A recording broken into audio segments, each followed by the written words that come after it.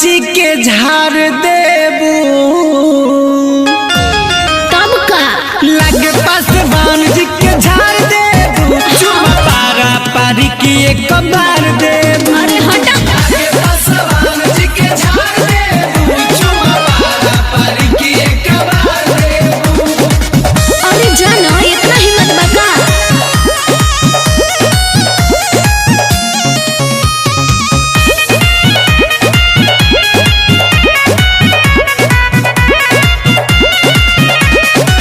ससरम ढेरे गईनी कुछ न भये अबू औरंगाबाद छूट जाई माई कतनो लसी आई बाबू भिरी नहीं सट है पासवान कब पीछे नहीं हट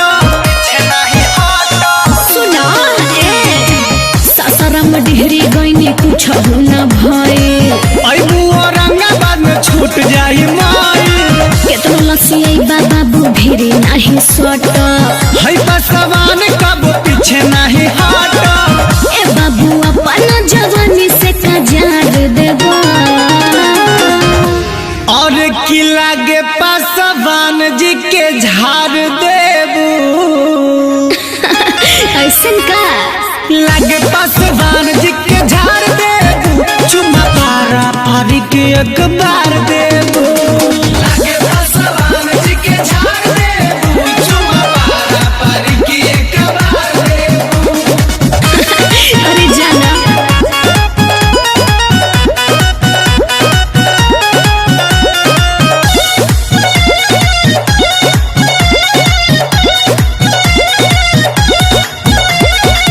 गदरल जवानी हमर खाना टटाटे होई बर्दाश्त नहीं मगह के लाठी दीपक प्रियांशु नइखे माल सरकारी धरिया कवारी अब सिंटू बिहारी।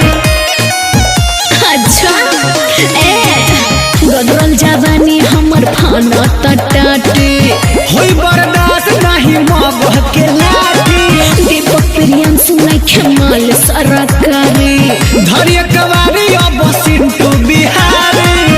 लागे बाल्टी के पानी आज ढार देबा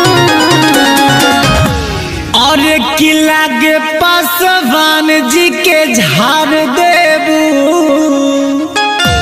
ना हो लागे पासवान जी के झाड़ देबू चुमा पारा पारी की एक बार देबू। लागे पासवान जी के झाड़ देबू चुमा पारा पारी की एक बार देबू।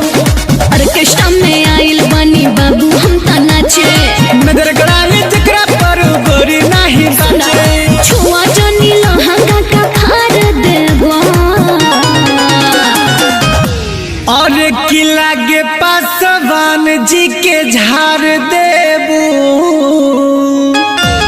तब का लागे पासवान जी के झाड़ देबू चुमा पारा पारी की एक बार देबू।